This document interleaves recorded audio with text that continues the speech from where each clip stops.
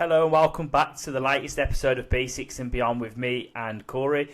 Corey, how you doing, mate? You okay? Yeah, I'm really well, thank you, Ben. How about yourself? Yeah, mate, can't complain.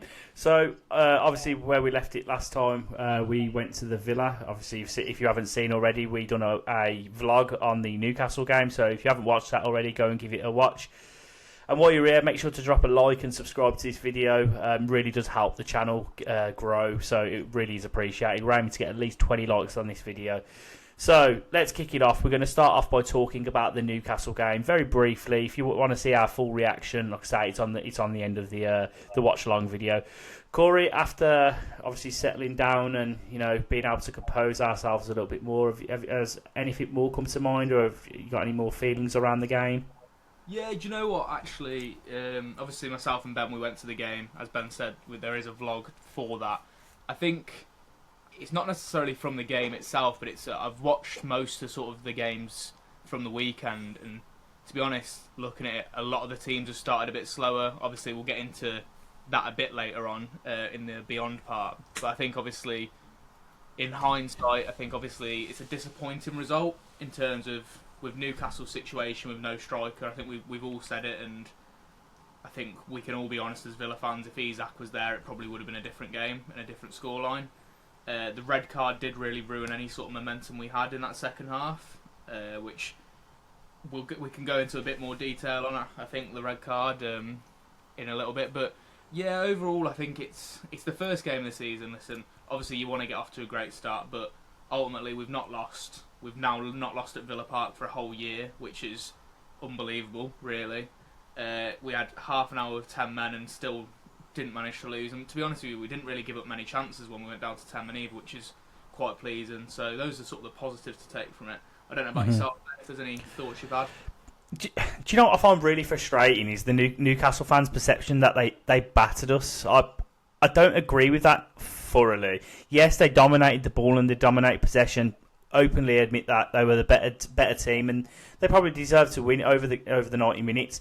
I would say first 45 especially they were very dominant on the ball, but realistically, what did they create? Because for me, the only major chance that they had was the Anthony Elanga one when he got through on goal. And realistically, in my opinion, and from watching it back, the only reason they got that chance is because when Dean tried to cut it out, he missed it, and then Tyrone Mings fell over him.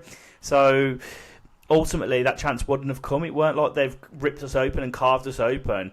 I just don't get their perception. Realistically, there was two major chances in the game. You had that one from Anthony Elanga, and you had the Boubacar Kamara chance that we had. So I don't get it. And personally, my general view on the game is, if we didn't get the man sent off, and I thoroughly believe this after watching bits back, if we didn't get the man sent off, second half we come out and we started the second half so much stronger. We had the chance through Boubacar Kamara, we had the Ollie Watkins half chance, you can probably call it, and we just genuinely were playing a lot better. You got that red card in the 66th minute from Konsa, and it absolutely kills you. I never felt at any point that we were going to lose the game. Defensively, we were very good. Matty Cash defensively brilliant, Tyrone Mings brilliant, Boubacar Kamara brilliant, and I think Luca Dean did his job defensively. But ultimately, we weren't able to action any parts of our game plan in that second half, bringing on the players that we would have done. Evan Gesson, Emi Buendia, Ian Matson. I'm sure there's another one that I'm missing. You probably had it in. But you know what I'm trying to say. If that's the case, it's a completely different game, because I think attacking changes. Let's be realistic. They had Jacob Murphy and William Osler to bring on. Yeah. Then they brought them on as well, and it didn't make a difference. They did nothing. I think ultimately, I sort of said to you from minute one of the game, you could tell what the sort of plan was from both teams. It was obvious what this situation was. Villa were happy to sort of defend for the first half. The idea was go into half-time not conceding. Obviously, we would have liked to have been ahead, but not conceding because of the fact that Newcastle didn't have the firepower up front. And obviously, like you say, their bench wasn't strong enough to bring people on to sort of potentially go and get an equaliser or that sort of thing. And then obviously, our side of things was keep it tight, keep a clean sheet going into that second half, and then we can bring on the likes of Evan Gesson, we can bring on the likes of Emi Buendia, as you said. Marlon would have come on a lot earlier. Matson, who... That's who I was thinking of, Marlon. Yeah, Matson again, who is obviously... Yes, he's a fullback, but he can go forward. And I think that's the thing, ultimately. both teams had game plans. Our game plan got ruined because of that red card. I've seen a lot of sort of Villa fans annoyed that Marlon didn't get the minutes, and I understand that. I do understand, obviously, it's a frustration, but at the same time, we said it at the game, if you bring Marlon on in the 70th minute, for example, he's then got to go into that game knowing, right, you've got to be tracking back, you've got to make sure you're working, or you have to shift Watkins to the right, out of position, and say he's got to do it. Either way, something has to give, and I think ultimately the best thing to do was leave the subs till late with Marlon and hope that potentially we can hit him on the break with Marlon's pace if it came. Ultimately it didn't, but as I say, it's a decent point to take from being down to 10 men. I agree. Mate, I've got to speak about it because I don't know, I've done a TikTok on it and I'm sure a lot of the people watching will have seen it. I am not Matty Cash's biggest fan. I'm probably one of his harshest critics, but I am sorry, but no Villa fan should be giving Matty Cash dog's abuse for that. Going back and looking at the incident again for the goal that we conceded, there is no way. Yes, it's a poor cross. It is 100% a poor cross. And if you want to dig Matty Cash out for the one at Old Trafford, 100%, that was him. It was an absolutely terrible. It was a hospital pass. That's what it was. But the one against Newcastle, yeah, it's been pulled behind. But who on earth is watching Anthony Elanga at the edge of the box? If that goes into the box and Nick Pope catches it, Anthony Elanga's away straight away. So the exact same incident could have happened. It was poor. It was poor setup from Villa, and not one of our midfielders thought, you know what? Oh, Anthony Elanga's at the edge of the box. I'm going to peel off just in case. I put that fully onto our midfielders, and even when Anthony Elanga's got the ball, he still had to do an awful lot. Like, what was to say one of our defenders that couldn't have stepped out and just nailed him? I think that's the thing, and ultimately, like you say, you have to look at it and say there was 4 Villa players in the box. Everyone knows you don't have to be a football genius to know this. I do my coaching, not at any sort of professional level, but I do my coaching and things like. Everyone knows if you've got 4 players in the box, you've got one at the back post, one in the middle, one at the front post, and one hanging on the edge.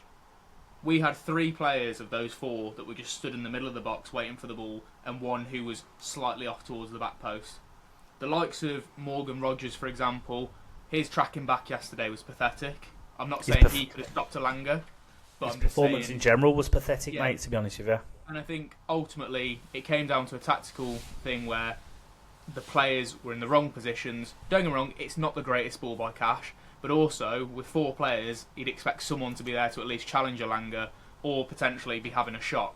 So ultimately, yes, it's not the best ball, but again, like you say, he's picked up the ball on the edge of the box. That's 80 yards from there, where he's picked the ball up to our goal.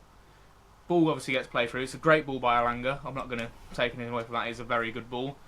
Konza, for me, watching it, I genuinely, and a lot of Villa fans, you might disagree with me here, I genuinely don't think he needs to bring him down at all. I don't think Gordon's going towards goal. I think the next touch he takes is going to shift him slightly off to the right, similar with Elanga. Does Konza catch him? Who knows?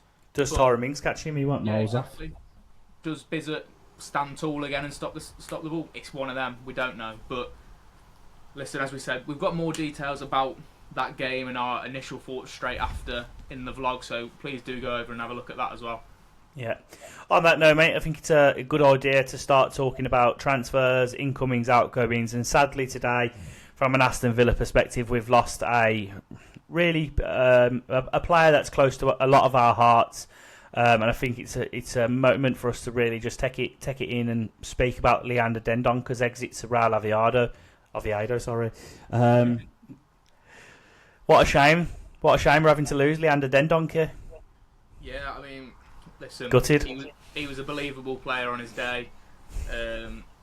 He was I don't know what else to say. I think this is one we can obviously be able to do fairly quickly.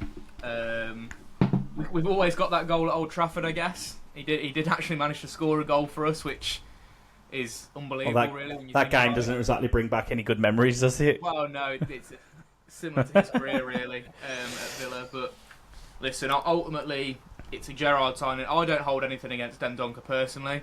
It's one of them. It's a Gerrard signing. Oh yeah, been interested in him. 90 grand a year or week, sorry, even 90k a week. It's ridiculous wages for a signing from Wolves. It was a panic buy, weren't it? At the end of the day. Well, it was. I can't remember who it was we were actually looking at signing, and then Dendoncker came through the door. Funnily enough, I'm pretty sure it was a striker we were looking at, and Dendoncker came through. So It's one of them. I mean, I Was don't it know a if you want £15 million fee as well, I believe, for Dendoncker? So 15, 20. £15 million fee, £90,000 a week. Got to go down as one of the worst signings in our history. I know we've had some real stinkers, but he's up there. Because even when he was on the pitch, 95% of the time he was shocking, weren't he?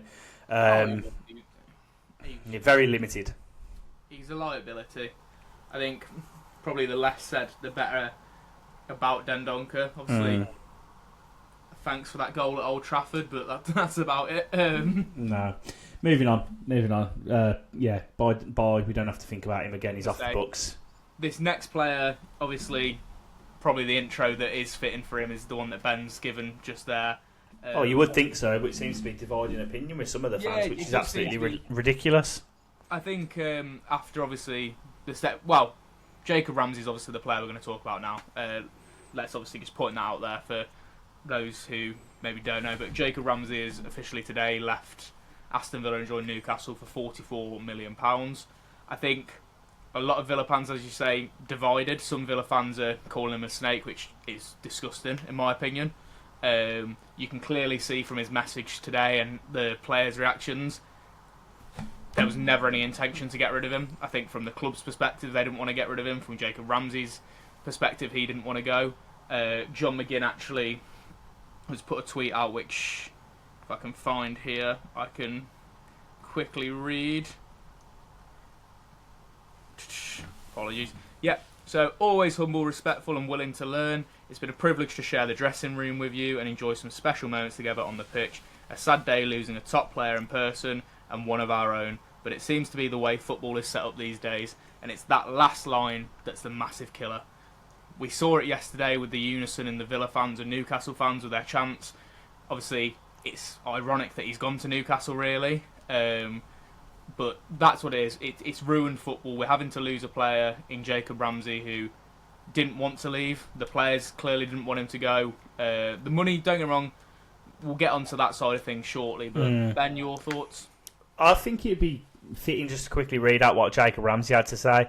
So like Jacob Ramsey's put on his Instagram, it's impossible to put into words what playing for Aston Villa has meant to me. From being a young fan in the Holt End to living my dream and scoring in front of it, this club has been an extended family to me, and I've got memories for life. From making my Premier League debut, experienced Champions League nights back at Villa Park and scoring my first goals in those competitions, to everyone at Aston Villa, both at the academy and in the first team, thank you for your support, belief and guidance. You've helped me become the person and player I am today. I've played with some of the best and made friends for life. And finally, to the fans, thank you for the love and backing. To represent you as a boy from Birmingham has been an absolute honour. On to the next chapter now, but wish you all nothing but the best in the future. Thank you for everything, JJ. And that cuts me. I got to be honest with you, that really cuts me. Goosebumps listening to that. And you know really hurt about that is he's one of our own. We never got that from Jack Grealish, and some people think, oh, well, we would take Jack Grealish back. That boy clearly wanted to play for the club. Now, I would be really interested to understand what his wage demands was and who he was comparing himself to in terms of, like, I think, because that's what would have happened. He'd have definitely looked at our wage structure, his agent would have, and he would have looked at a certain character and said, I think he deserves that or more. But can you blame him realistically? Let's be honest. If Leon Bailey, say, for example, is on £125,000 per week, or Amadou Onana £140,000 a week, Jacob Ramsey starts more games than both of them he does. Yeah. So if you wouldn't blame him asking for that sort of wage if that's what those players are on. You're completely right, and I think that's the thing as well is, listen, a lot of Villa fans will mention the statistics and things like that, the goal contributions and the last couple of seasons and his injury record, for example. But ultimately, we've not seen the best of Jacob Ramsey yet. We saw at 19 years old or 20 years old, whenever it was, how good he can be. And that's when he's 20 years old. He's got a couple of years on someone like Morgan Rogers, who, as we spoke about, last season was brilliant. Obviously, he's dipped in form a bit now. This is the thing we're seeing. These younger players who, they're playing tons of games. Obviously, Ramsey's injury actually came for England when he was playing in the 23 Euros, which is unfortunate, and that sort of injury kept him out for a while. But again, the reason he was out for so long was because he came back early because he wanted to be playing for Villa. And he actually scored on his return. I remember it was that 6-1 game against Brighton. And ultimately, a lot of people saying it's a good deal. It is a good deal in terms of when you do look at things like injury record and stats and stuff and the money we're getting for him, it's a good deal all round for us in terms of the money that's going to be coming in, the way we can use that potentially in the next transfer window, probably not this transfer window. But ultimately, is it that good of a deal when we could be losing out on someone who, when he is fully fit, could be a 70, 80 million pound player who would happily play for us? And that's the tough part. I think that's the part that cuts deep. Like you say, those messages from him. I mean, looking at Morgan Rogers is absolutely devastated. Well, what's Morgan Rogers? I haven't seen. I don't have any platforms to see what Morgan Rogers has said. He's just every sort of like post that's been put. It's the broken hearts thing. Right. Basically, he put an Instagram saying his little brother, like, it's not going to be the same without him, that sort of thing. And unfortunately, I'm not gonna get too thingy into it because I don't want to go over the top here. But it is decisions like this, which I know we're under threat with. We can't help the decision we've had to make. It's decisions like this that can change the foundations of a football club. The likes of Morgan Rogers then thinking, do I want to be here anymore? That's my best mate gone. Obviously, people like McGinn are going to stay for a while now. He's 30 years old, John McGinn. He's our captain. He's not going anywhere. But these younger lads who are looking up to him, it's a tough one. I think there's a lot more to it than just losing Jacob Ramsey. I'll tell you what, actually, you made a point of this at the game, and I think it's a really, really good thing to say, actually, because of what you've just said. Are the players getting disheartened by seeing all these players around them leave? I think we need to go into the market just to instill a bit of belief in the players again, because if you're like your Watkins, Rodgers, and you see visibly, and Martinez, for example, you see the playing squad is drastically weaker than what it was last year, and bear in mind we failed on. If you think about it like that, technically, because we didn't win anything, we didn't get Champions League. You can look at that as a failure. You know, failed on every front. Yeah, let's put it that way. It depends how you want to spin the coin, but ultimately, those players must be looking at it now and be like, well, we come close last year, and we had a better squad. We've lost those players now, so where are we going to finish this season? Has that had any detrimental effect on their morale? Who knows? I think there's a lot you can sense. There's a lot of frustration around the club in general. I think there was the clip today circulating on Twitter about Unai Emery as well. He was being interviewed by a BBC journalist, and he ripped him, didn't he? Yeah, he asked the question of, it wasn't the best sort of performance first half. What are your thoughts? And Unai Emery, a very calm head. He's not normally one to go off, and you could see he's gone off at him, basically saying, are you analysing the game or am I, that sort of thing. And I think it's taken its toll on all of them. I think Unai, it's taken its toll. He wants players, obviously. The fans as well, mate. The fans want players. I mean, I said it to you at the game on the weekend. I said, when that squad came off the bus, we saw the squad come off the bus. Was that it? I didn't recognise half, because a lot of them are young lads. And fair play, hopefully they can turn into good players, but when you look at last season when we were saying about the unbelievable depth we had, and all of a sudden with the loss of a couple of players, we're going to go on to him now. Actually, we'll shift on to Leon Bailey, because obviously that's the next exit we're going to talk about. Yeah. But even the loss of someone like Leon Bailey, who, yes, he's not been the best performer for a while, but all of a sudden you look at and say, well, Leon Bailey's going. Who comes in to replace him? Is it a Buendia? I think he had to go. Yeah, is it Evan Gasson potentially? No. Which I think it opens the door to somebody coming in. You can't tell me we've just lost 90k of Dendonka, 75k Ramsey, 165k, 120k of Bailey. What's that? 185 grand. Hang on, sorry. That's 125 plus Jacob Ramsey's 70. That's 200 plus 90 290 from the three of them. That's a lot of money. You cannot tell me that hasn't got us closer to where we need to be. So what? I'm just going to get my calculator on because I'm decent at maths, but I'm not that decent. 290k times 52 weeks, that's 15 million a year that we've saved off our wage bill with those three players. I'm sorry, I genuinely think, and this is where my head's at, the Dendoncker one and the Ramsey one, that should get us close. So that's what, 75 plus 90, so that's 165 times 52. That's 8.6 million pounds a year saved off the wage bill. It's massive. It's massive. Surely that I don't understand our finances to that level of detail. And I'll tell you what, I'd love to. I might have a reach out to the financial expert who was on. He's been on a few podcasts before. Anyway, don't matter. We'll reach out and see if we can get him to come on the channel and have a chat about it to see where we are now, because I'd love to speak to someone like that. But ultimately, I think the Villa will go into the window. We'll be looking at players around similar sort of wages. Evan Guess he was only on 17 grand a year. Coming to the Villa, he's gone up to probably 30, 40. Big jump in wage for him, but he's not. He's not probably the level of ability that we probably would like to be shopping in the window for. But he's got the potential to be a very good player, and I think that's what we're going to target. I think we'll go and bring in another sort of a winger, because I think we need one. And whether we look at a centre attacking midfielder, obviously the links to Asensio is still there, and I think that could happen, but only if he comes on a permanent. Because if he comes on a loan, it's not happening. I think the way Villa will be now for the next 2 weeks, the way I look at it is I think we'll sign that young lad, that centre half. I think we'll sign him permanently from Toulouse. Because again, he probably won't be on massive wages. What's his name again? JD. I can't remember what it says. Cavot. Yeah, Cavot. Yeah, JD Cavot.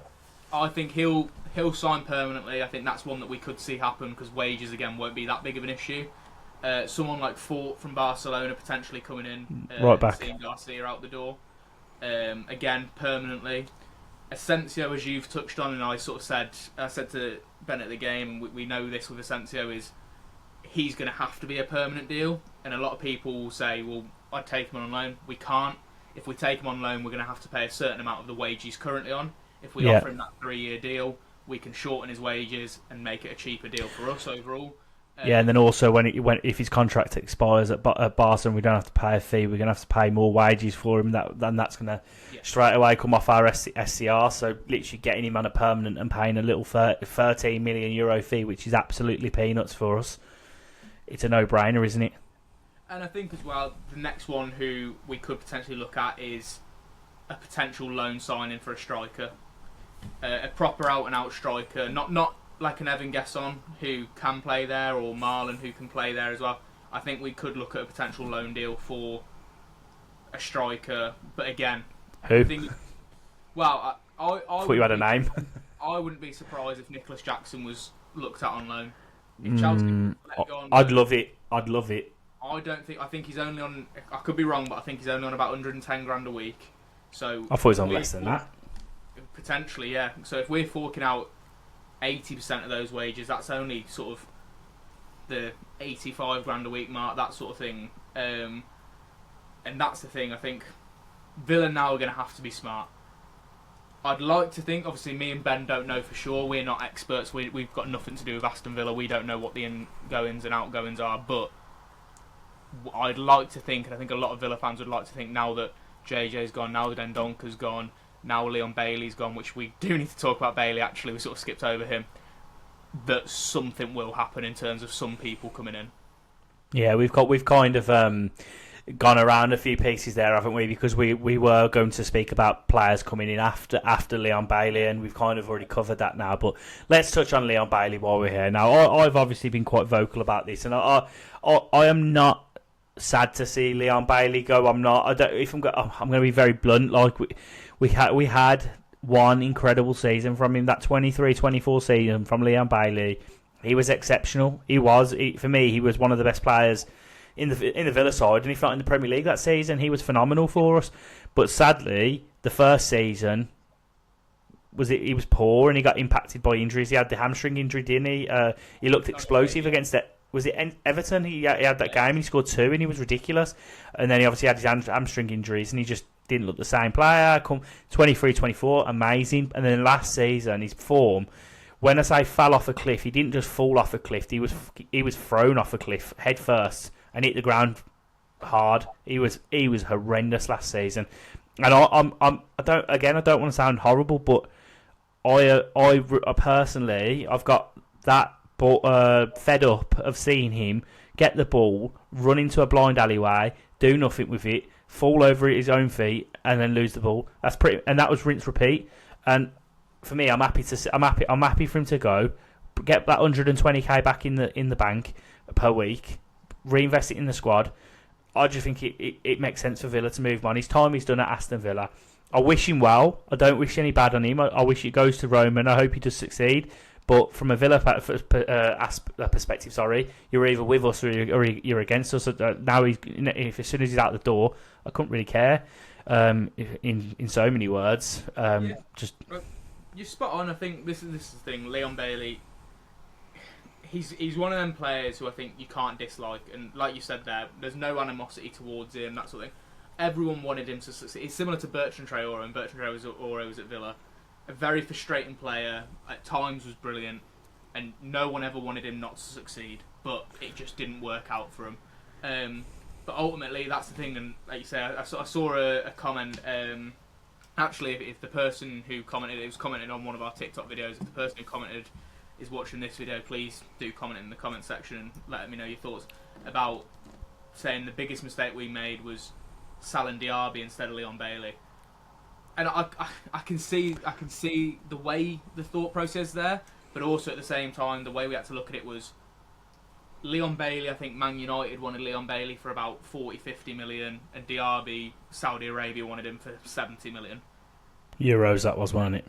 Yeah, we can make a quick profit on Diaby to send him to a club that we're never going to see him again. Well, let's be realistic. Diaby wasn't a 70 million player, but ultimately because he was Muslim, going to a Muslim country, and it was an attraction for them, weren't it? At the end of the day, he's a big name. He played in the Premier League. Of course, he's played in the Premier League. He had a half decent season in the Premier League. The Saudi Arabians wanted the money, like you say. He's got that attraction already. Like, it made sense for him to go. And like I say, we're never going to see Moussa Diaby again play against us unless it's a friendly. We're not going to play against the Saudi Arabia. Leon Bailey at the time, as you said, was one of the best players in the Premier League that season.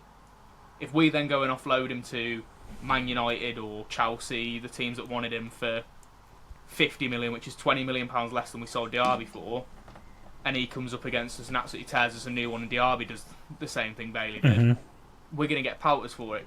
It's got to be tactical from Villa, and I think that's part of the thing with Ramsey. I don't think Villa would have wanted to sell Ramsey to Newcastle. I think in an ideal world, a team from Saudi Arabia comes in and we just say, there you go, never have to see him again.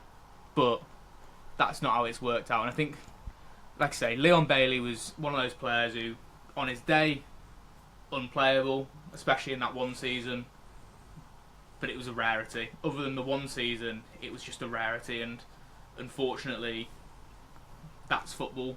And like I say, I wish him all the best at Roma, and I really do hope he can succeed there, unless they play against us in the Europa League. But that's football. Right. On that note, let's quickly touch on the rest of the results in the Premier League. Is there any that stand out to you? My first one that I want to speak to you about. Did you see the Chelsea Crystal Palace game today? I didn't see it, but they did cost me £800 on my ACCA, so. Did you see the goal that was disallowed for Crystal Palace? I did see the goal. What's your thoughts? Controversial. I understand it.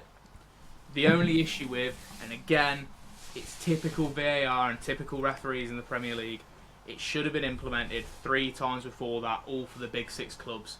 And once it's against them, all of a sudden it's not the same. For me, I think the rules are simple. Mark Gay has pushed someone out of a wall, creating that space for Eze. He's gone against the rules, and that's happened. But that's not what it was given for, though, was it? The reason why it was disallowed is because Mark Gay got within 1 metre of the wall. That's the rule.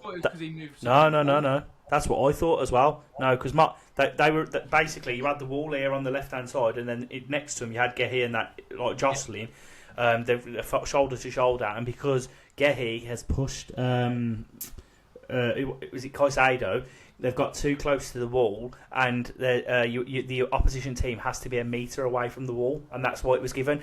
And the point being around this is consistency, and what you're saying is right in terms of consistency in decisions. In the next game, Manchester United Arsenal, the exact same thing happened in terms of like players being close to the wall, and nothing was given. Nothing was given. Perfect example is the Newcastle game yesterday. I pointed it out to you in the stadium at one point. One of the free kick routines that Newcastle tried, Fabian Schär was stood basically in front of the Villa wall, and it was knocked into him, and he's laid it off. He's impeded play, but again, nothing's happened with it. I think, again, it's that conversation of, is VAR the problem? In my opinion, it's not. It's the people dealing with it, but it's the consistency. And we've spoke about this, and listen, there's going to be loads of Big Six fans who probably see this and will be like, oh, well, you lot will always play the victim. Of course we're going to, because it's realistic. You don't get to see what we see as football fans. Aston Villa should be playing Champions League football this season. Newcastle United should be playing Champions League football this season. We should be the ones challenging. Forest should be up there. But it's not happening. And it's not going to happen because of decisions like this, where it was early in the game. Chelsea then had 80 minutes to go and try and win the game, and didn't because they were useless. Yeah, Manchester United played a lot better today, I thought. Obviously, still lost the game. Don't know if you saw much of that. I watched the whole game. They were impressive to a point. I think there's obviously a few players. Cunha was really bright. Really good. Wemo looked really good as well. Bruno looked decent. A few dodgy passes in his own box. But to be honest with you, I said it at the start, and this is something I do want to touch on. Watching most of the games, other than obviously Man City and Spurs, who have come out and shot. And to be fair play to Sunderland. We'll talk about Man City in a minute. Yeah. Other than that, there's not a lot to worry about. Liverpool, I don't think Liverpool were great against Bournemouth. I think that game should have been done and dusted. The fact that Bournemouth got back into it is really disappointing from Liverpool, because Bournemouth, no offence to Bournemouth, if there's any Bournemouth fans watching, they look like they're in trouble. They looked really poor for an hour of that game. And what really angers me, and Villa have done it a few times, and it really angers me when teams do it, is when they come back from 2-0 down and then just sit back again when it's 2-all. I think Bournemouth had the chance there to go and win that game. They had Liverpool on the ropes, but they decided to sit back, and you can't do that to Liverpool, especially at Anfield. They are going to get a winner. I think Bournemouth will have too much firepower. Semenyo's different gravy, mate. I've been a big fan of Semenyo, and all summer I've been saying someone big should sign him, and I really, really wouldn't be surprised the minute Mo Salah goes, if that could be the Mo Salah replacement, in my opinion. Yeah, so Man City. I didn't see the whole game. I've seen the highlights of them. They looked impressive. They looked really impressive. I mean, you watched it, didn't you? I believe. I didn't see it actually. No, I didn't. I thought you did. Unfortunately, I was on the train back from the Villa game, so I missed most of the game. But I saw sort of like the highlights and stuff. And listen, he's an animal, Erling Haaland. But that second goal that he scored, the finish there, is absolutely ridiculous. To curl it round the defender the way he did it's a serious finish. And I think a lot of people ruled Man City out this year, and I don't know why. I really don't know why. Don't doubt Pep. Never doubt Pep, but also never doubt the Norwegian robot, who will more than likely go on to score 40 goals this season if he doesn't get injured. Well, you got to Johnny Reinders as well. He's getting a lot of plaudits for that game. Apparently, he was excellent. Sunderland, cracking result against West Ham. I don't want to go too much into Sunderland. It's a fan. I've done a piece on this on my TikTok. If any of you are watching, haven't seen it, go and give it a watch. But what I want to talk about in this game specifically is West Ham. West Ham are absolutely awful. I think West Ham, if they don't get rid of Graham Potter, or at least go into the window and spend and back him, I think they're dead and buried. I really don't rate West Ham. I think in the midfield they're so weak. Like that Guido Rodriguez, he's shocking. He's absolutely shocking. And you're putting him next to James Ward-Prowse. Now I like Ward-Prowse. I've always been a bit of a fan of him. But what you get with Ward-Prowse is an absolutely insane ball deliverer of a ball. He can cross the ball fantastically. He'll put it on a sixpence, but he's not exactly the most combative midfielder. In terms of his actual legs and getting around the pitch, I wouldn't say he's the most mobile. Would that be fair to say?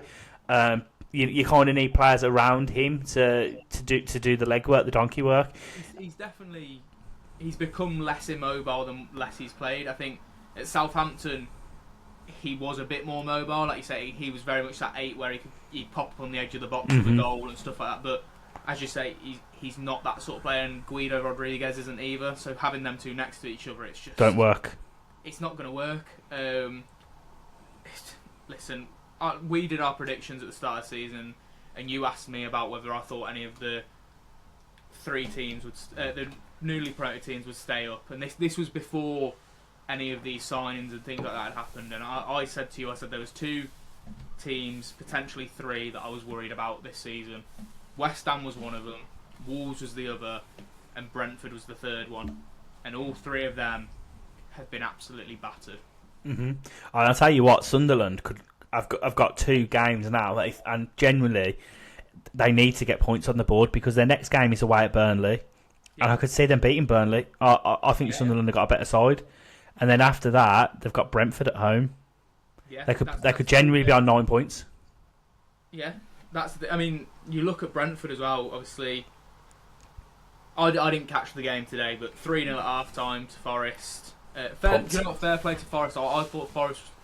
I did say I didn't think Forest would fall off as much as people have said. I think a lot of people have been very harsh on Forest, thinking that they were just going to drop off the face of an earth. But wait till Europe kicks in, though. Yeah, obviously that's. But again, they've made a few good signings over the last few days. They're making some decent signings as well, which will help. They have, but Nuno's managed in Europe before with Wolves, and that didn't go very well. True. In terms of league position as well as Europe. If you haven't got that squad depth, it's going to eat you. And we've been quite blessed. Let's be realistic. That season when we had Conference League and we got to semi-final, our squad was decimated towards the end of the season. We only just about got through and got Champions League football because of Unai Emery, in my opinion. Oh yeah, definitely. But again, like you say, something crucial with that is, and you mentioned it with Sunderland, is we won the games that mattered. We beat Spurs, who were around us at that time, and like you say, that's what Sunderland have got to do now. And again, Brentford really, they're going to be looking at the next couple of games. They've got us and Sunderland, as you say. Sunderland, they'll be looking at it thinking, right, there's 3 points to be got there. Potentially be looking at us and saying, is there something we can do against Villa at home? Because ultimately, like I'm not going to put us down. We ended up getting a draw against Newcastle, but if we're not getting any signings and people are leaving and clubs sort of, I think teams are going to be looking at Villa and thinking, can we sneak something against us? Can we actually sort of upset the apple cart even more? I personally, they might do. Think we're too strong for them, but as you say, Brentford, like after that first start, especially with the likes of Sunderland winning, who they know are probably going to be around them to come the end of the season, they're going to have to start picking up points quickly. I was meant to say this earlier when we were talking mainly about the Villa bit. I actually think having that Newcastle game in our last outing is going to benefit us going into that game against Brentford, because the dip in quality from a Newcastle to a Brentford, as long as we prepare for it, which we will, I trust Emery and the boys to prepare properly for it, and we go in the same mindset, we'll beat Brentford away. Happy days, yeah. That's the thing. I don't want to sound too overly confident, but I do think we will beat Brentford. It's just that thing of they're going to have to start looking for points as well now, similar to West Ham and similar to Sunderland. And I mean, obviously, Leeds-Everton tomorrow could be a big one. I think Everton, be an interesting game. Yeah, I think Everton this year should be safe. They should be fine. Yep. Made some good signings. Leeds, on the other hand, listen, I like Leeds. I've got an affiliation with Leeds through university and things like that. Do I think that they've done enough in the window? Not really, not at the moment. But the one thing they do have is Ellen Road, and especially the first game back against Everton. It's not a bad team to be playing against. It's gonna be booming. It will be booming. It will be. Come halfway through the season, will that be the case? Who knows? But it should be a very exciting game. It should be. I'll tell you what, Corey, on that note, I think I'm a bit conscious we've already done 40 minutes, and it's been good talking, as always. I love doing these pods. I hope you do as well. Feel a bit awkward if you don't. So on that note, if you've enjoyed the pod, make sure to drop us a comment, let us know your thoughts on what we spoke about, drop a like, and make sure to subscribe. Like I say, everything, all interaction really does go a long way into helping us achieve our goals and grow the channel. That's all we do it for. Ultimately, we're just two lads that love talking about football, and hopefully we're going to be expanding our team to a few more people within the near future, so watch this space. On that note, the final thing to say, as always, up the Villa.